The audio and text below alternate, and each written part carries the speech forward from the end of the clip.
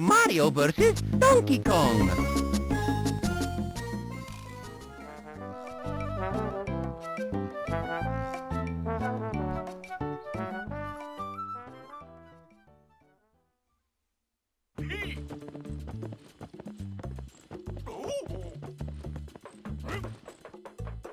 Oh, stop! Come back!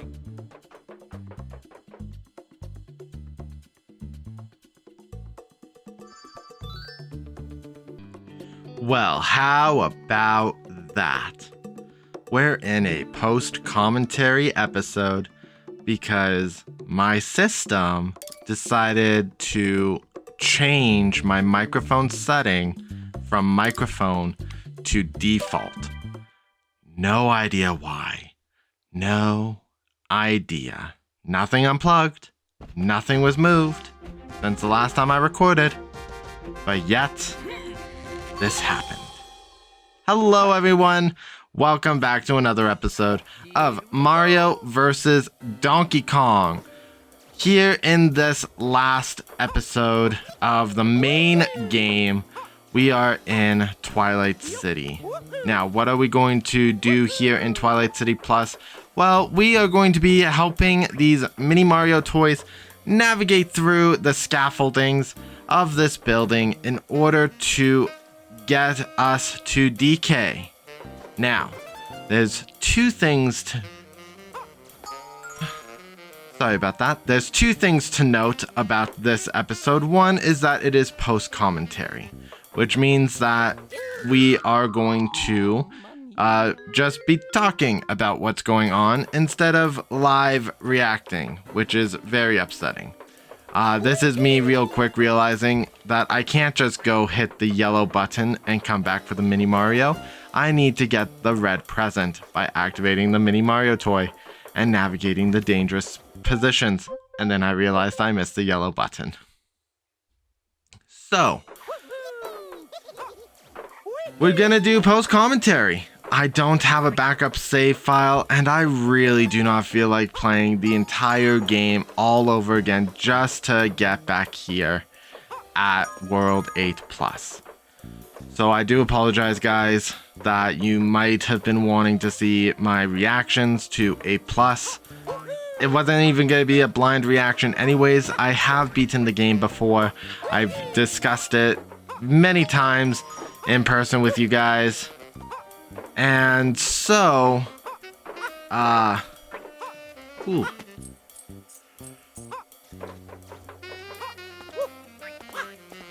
I apologize, I don't know where that yawn came from. And so basically what we're going to be doing is just making our way and working our way through these levels. Some levels are going to be cut and edited, which will require me to actually stop commentary for a second to make those edits, because I don't want to just do all the cuts, and I guess I could have done that. And you know what? That probably will happen. A sudden paradigm shift in how I'm commentating compared to what you're seeing.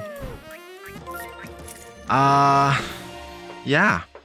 We managed to complete 8-1. Now, I do want to point out that I did give this world an honorary world name, similar to Mario Toy Factory of World 1 Plus, instead of just being called Mario Toy Company Plus. And this one is Sunrise City. So that is our honorary name of 8-1 Plus. So the next level is one with the Brick Man in it. This is going to be a rather interesting level. Now, I did review my footage to decide whether or not I was going to cut any of it out or anything like that, and I ultimately decided not to. And the reason why is because not a lot of the deaths, the spaces between deaths could be edited away or anything.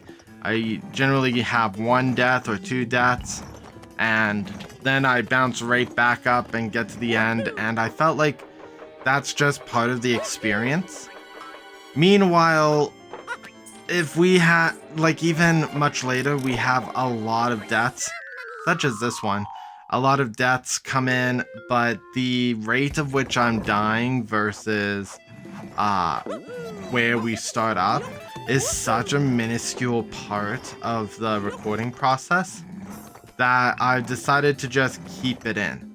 If anything, the only thing you're gonna see cut out would be pauses from major interruptions, and I do apologize, guys, but while I was recording, since my recording studio is opened up today, my dogs were with me. My loudest one, his name's Sully. He's so cute. I love Sullivan. Sully got a little bit of the barkies while I was recording, and I had to pause and I had to go make sure he was okay because it was just barking. He probably heard one of the neighbors' dogs or something like that. The windows were nice and cracked so that airflow could flow through the house. So Sully probably heard something and he started to bark, and I had to pause and get up and go see what was going on. He's okay, everything's okay. And then I got a phone call mid-recording, and that unfortunately had to make me pause as I dealt with that. And then just pausing because I was looking up some details, such as the voice actors, which I'll get to once we're at the credits.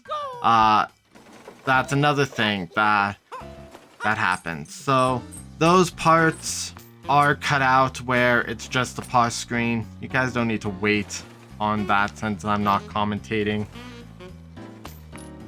And yeah. So, big yawn. We are in the next part. Here we are in 1.8-3. Now you can already tell that this is a fun level since it's all basically automated and you just really have to time everything out. Unfortunately, I messed up my timing, and in fact, we have a couple of failed attempts, including right here in the beginning where I'm just kind of fiddling with distances and learning that Mini Mario will in fact twitch off the edge. That's unfortunate, but that's okay. Now with this next one, I believe I release a little bit early. We grab the tail, we let it come back and forth, and we swap. Oh, no, we released too late. My bad. Sorry, again, this is post-production, and I'm trying to do the live. The microphone is live reaction to my post-production. This one I was going a little too fast trying to get across. So, we kind of understand the basis of this stage. The idea is that you are in the upper chain rafters, walking with Mini Mario, trying to help him navigate the monkey bots from below. You just have to release the chains at the right time so that you and Mini Mario go at the exact right time. And there we go, we finished the puzzle. Now, to make sure that we never have to deal with this again, we really do make sure we get all of the presents. And Mini Mario opens the door. Now, that was 8-3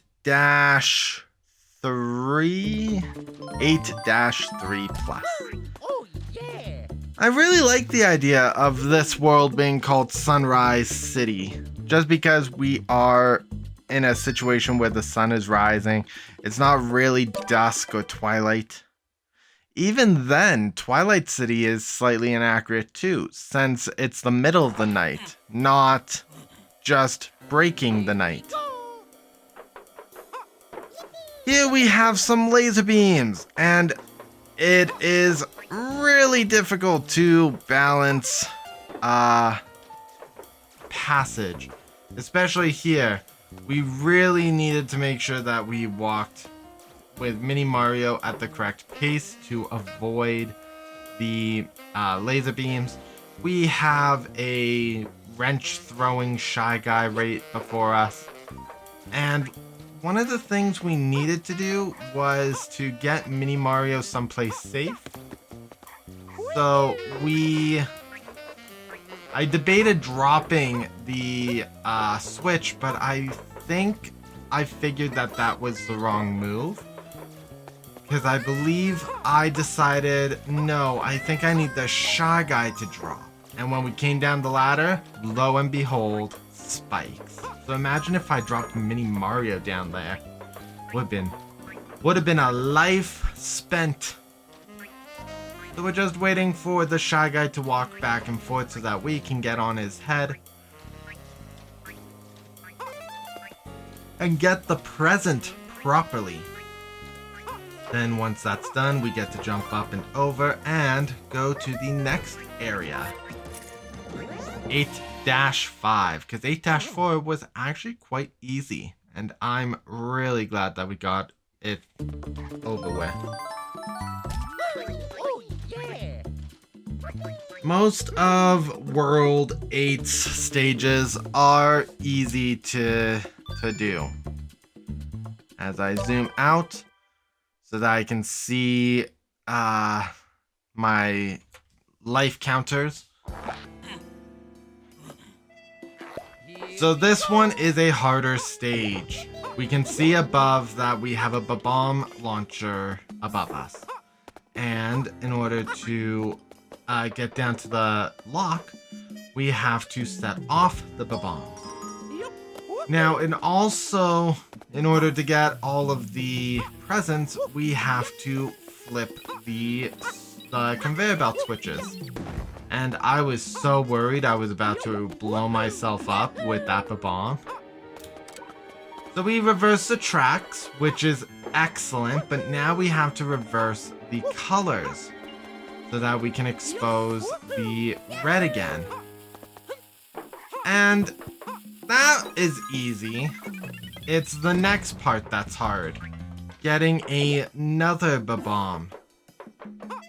Because if we wanted to finish the stage now, we absolutely could finish the stage now. But we had one more thing to do. And this, unfortunately, is where we fail. Because I tried to do a fancy jump to try to avoid the bomb. And I jumped right into that explosion. Next, as we're trying to get things back to being set up, we get the Mini Mario over and we go back so that we can get the bomb. And I jump and get the bomb walking right into me. That's great. Fortunately, that should be the last death up until our final boss. So, that's awesome. We managed this time to perfectly jump onto the bomb, and we also get the bomb up where we wanted it on the conveyor belt. Not like our first attempt, where we just barely missed the ledge. So, next we swap the switch colors. Then we need to swap the switch colors again. And one thing that I could have done is send Mini Mario down below. But I really did not want to risk that. Just because of the risk. And because I knew that the bomb was about to explode, I decided to just hold off for a fresh bomb. And then I had to deal with my Mini Mario friend who really wanted to jump and follow me. So we sneak down, we get the red present, we let the bomb explode. And the conveyor belt is covered by red blocks, so we don't even have to worry about a bomb dropping from above. And with that, we made it to the end. After another quick cut because I had to pause for a phone call. And I do apologize, guys. I am still trying to do some fun stuff. With that, -5 Plus is done, and now we just have World 8-6. I was ready to call it 6-6, like the original game. But first, 1-Up Mushroom Stage.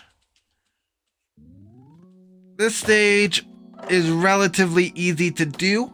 All we have to do Here we go. is chase the key between the multiple layers. I like doing backflips up here because it gets me the height to jump over. I let the key get a little bit ahead so that I could try to drop in on it. And that's exactly what we did. And then we have enough time to try to get the final one-up that's outside of the box. Which this gets us our 8 one-ups that we could obtain from the one-up levels. 5 from the box, 3 floating about. Now let's begin 8-6 Plus. This is the last main story stage with traditional puzzle solving. Here we go. And this one is a little bit more puzzle oriented, as I had to figure out how to swap the buttons necessarily to get Mini Mario brought up. And by the time I started to get Mini Mario up, I noticed the red present and knew that I made a mistake. So then I went and grabbed Mini Mario, which I guess I could have grabbed after switching the switches. We're gonna get Mini Mario to collect the switches, the presents. Then we swap. Now we let Mini Mario climb. Swap the switches. And just as a note, as someone who knows the order of operations post-production, you should have grabbed the garbage can. I should have grabbed the garbage can.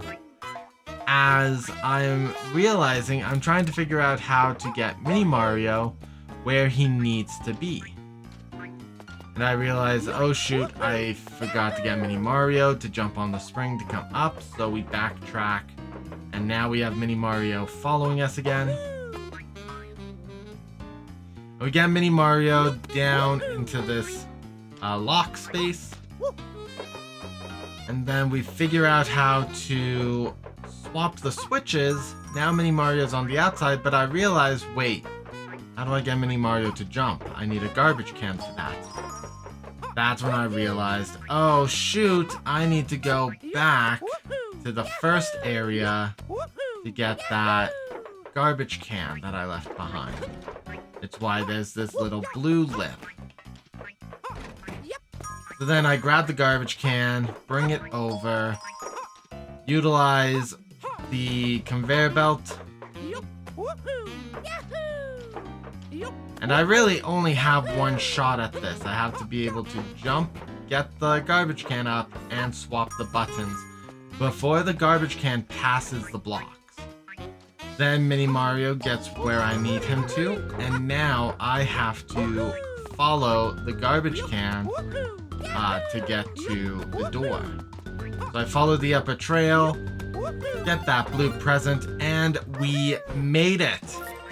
I was super lucky and super glad, and like, in regular gameplay, I got super quiet because I was in normal gameplay. And I'm terrible at going into focus gamer mode while I'm playing that I forget that I need to commentate. It's a very bad habit and I do apologize. With Worlds 8-6 complete and having all 6 Mini Mario toys, we can now challenge Donkey Kong.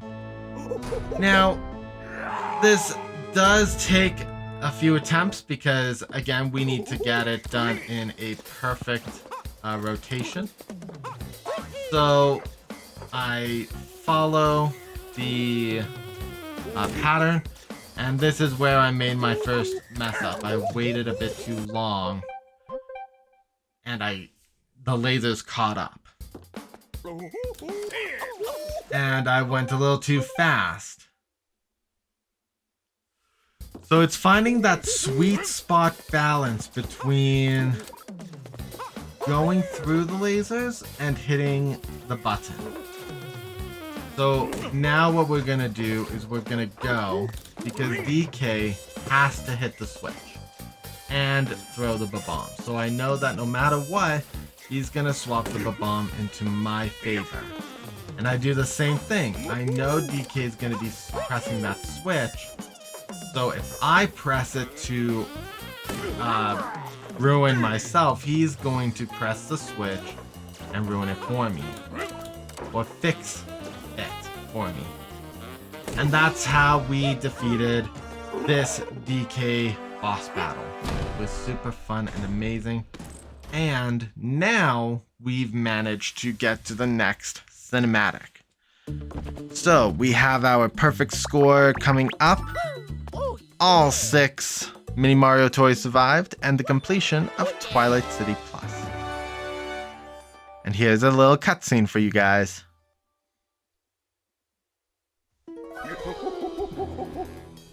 Hey, come back.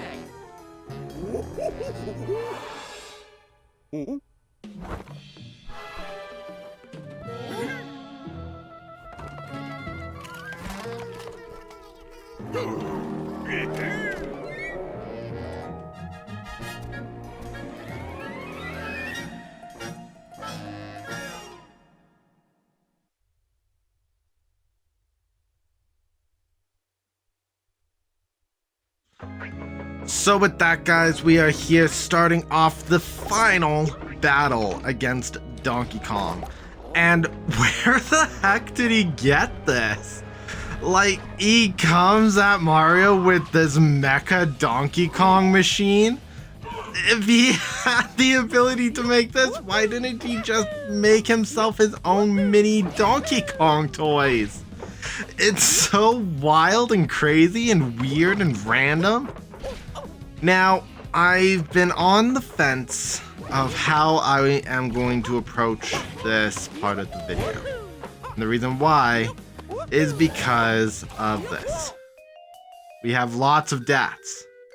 So much so that I don't want to cut out unnecessary parts and have a miscalculation of death counts.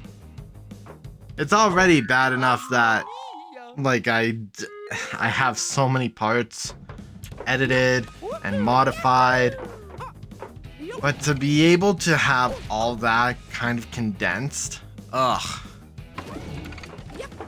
So let's go over what the strategy is.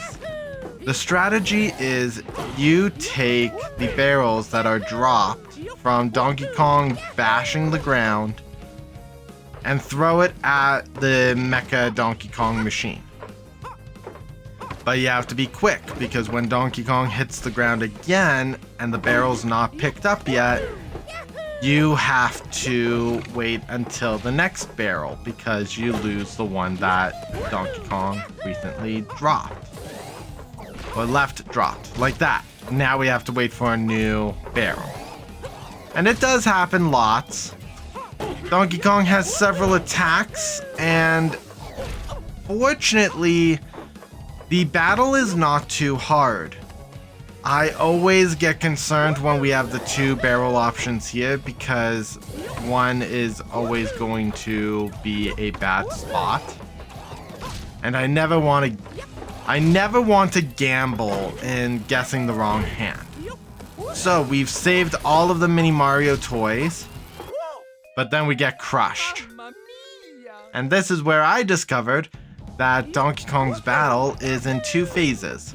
Saving the first 3 Mini Mario toys and saving the last 3 Mini Mario toys, along with any additional hits. So now we're in a fun part of just getting a lot of deaths and racking up my death counter. And I'm so sad to say that I know I could have done better, but I was really just in a rush to get all the barrels and trying to do it smoothly, and I don't even know why I walked into that dumbbell this time around. Oh my goodness, my doggo joined me mid-recording. I'm so sorry, guys. I'm now distracted because I have my puppy with me. And yes, I could probably re-record this part because it's post-production. And like, if I really don't want to have a part of my audio in a particular recording, I could just remove it. But it's my doggo. It's my doggo. Isn't that right? Where's my phone? I'll take a photo and put it in. No, he left. He knew what I was doing. Anyways, back to the topic at hand. Sorry guys, I guess no photo of my doggo getting all of his lovies up here. DK definitely threw me up into that barrel on purpose. How dare he? My goodness, isn't Donkey Kong so mean? I get so distracted so easily. Oh my goodness. Okay, so the plan is that you have to hit DK in this second phase of the fight 3 times. But he crushes me again. Sometimes he moves pretty fast. Sometimes he doesn't. And I believe he actually catches us off guard a few more times before we're actually able to finish. And just to put it out there in the world, in that first round where I got all 6 mini Mario toys free from DK's hands, yes, I was 1 hit away from finishing the battle. So yeah, as we continue, we have another round of these. Be careful of the barrel points. This time I was totally side blown by that brick falling from the sky. Didn't see it coming, didn't see or notice the falling particles indicating the brick was falling. So, and I think that happens one more time to me as well, which is just so sad.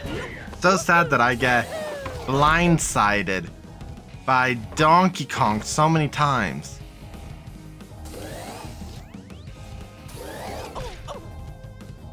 So here we are, right there. See, I almost got blindsided by the brick. That time I got blindsided by a dumbbell. It really astonishes me how many times I have to go back to continue editing my audio because of small details and small mistakes, of which makes me have to stop recording so that I can remedy the situation. Such as, oh, my death counter is in the wrong spot, despite the fact that I've put in my death counter before all this. So at least everything should be back in place now. Post-production is so much fun. I talk about post-production as if I don't enjoy it. Post-production is super fun. I love doing post-production stuff. It really gets me going, and like, it helps me re-engage with these games after I've recorded them for a few days. Gets me to look at how things work or happened. I do want to do other projects here in the future, like review videos, and I think Mario vs. Donkey Kong is gonna be the first one we cover, since I have the original and this remake, so that we have the pieces to talk about the differences. And DK's just so mean, he trapped me in the corner this time. Fortunately, we are almost done. And then we'll finally go back to a topic I mentioned way back in the earlier parts of this episode, which I will reveal at the end of the battle. I believe we have one last attempt of... Yeah, the barrel falls on my... Oh no, wait, we have one more attempt because of the unmarked marking.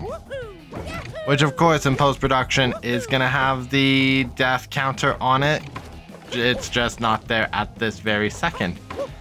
And my doggo wants all the head scrunchies in the world. He's so cute now that I actually have him trapped. in head scrunchie mode. Photo time. Okay, with Donkey Kong now disarmed, get it, because he's no longer holding Mini Mario toys, we need to get to a place of safety. So, using my amazing jumping abilities, we managed to basically get crushed. Unbelievable. Okay, this should be the last attempt. So, our objective is to save the 3 remaining Mini Marios. It should be relatively easy, provided that I am following a pattern. And we got really lucky that the 3rd barrel spawned right beside us. Managed to get off of the ground so we can't get crushed. And right there we just kind of cut a part where I had to pause. Again, for a phone call. It was a very busy day for recording. Which is weird because, like, I'm recording. I should not be busy. Now, unfortunately, DK seems to have it out for me. But we managed to get out of the danger zone. We got the last barrel. And we knocked him out.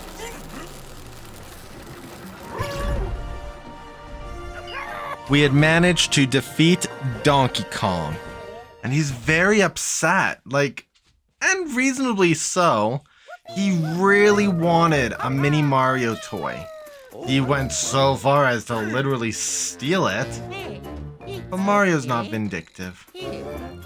Look at what Mario's doing. Mario's giving Donkey Kong a Mini Mario toy.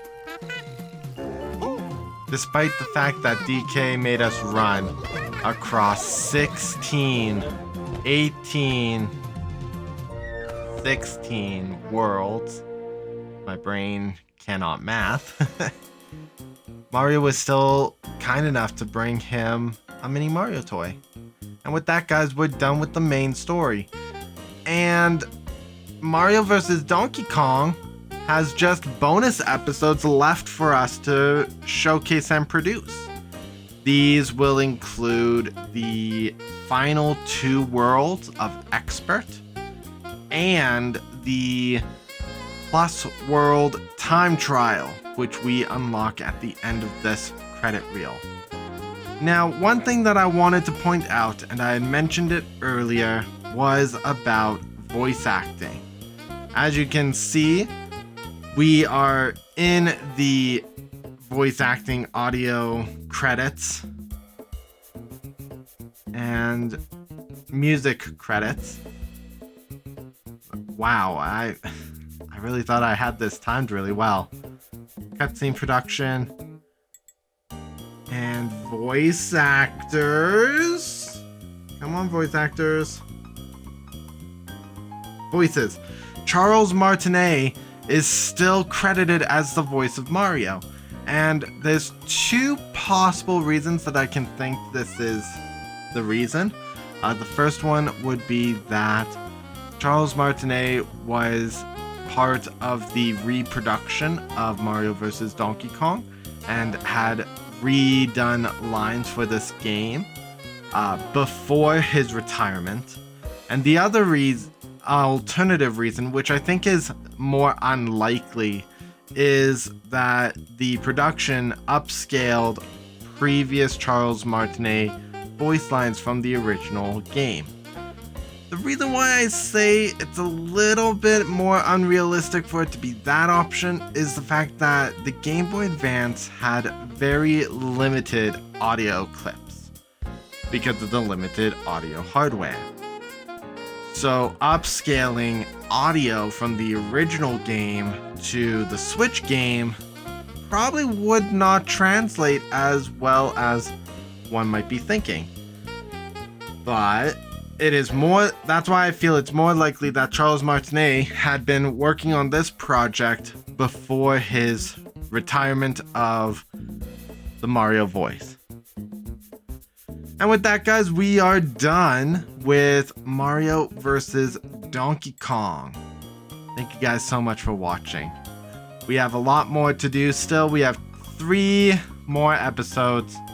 The first one is going to be Mario vs. Donkey Kong Time Trial of the Plus Worlds. That's again going to be a post-production world because it is going to be probably another hour and a half of gameplay of just the perfect runs of each time trial mode. The second is going to be right here, expert levels page 1.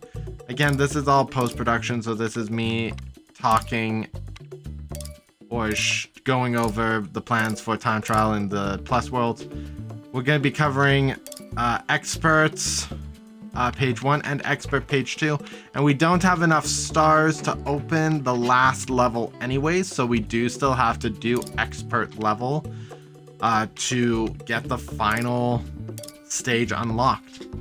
And with that, guys, we're done the main gameplay, so please stay tuned for the bonus episodes. If you liked what you saw, please leave a comment in the comment section below, mash the like button, and subscribe if you have not for more Mario vs. Donkey Kong content. We will see you all in the next episode. Derez Plays, out. Mario vs. Donkey Kong.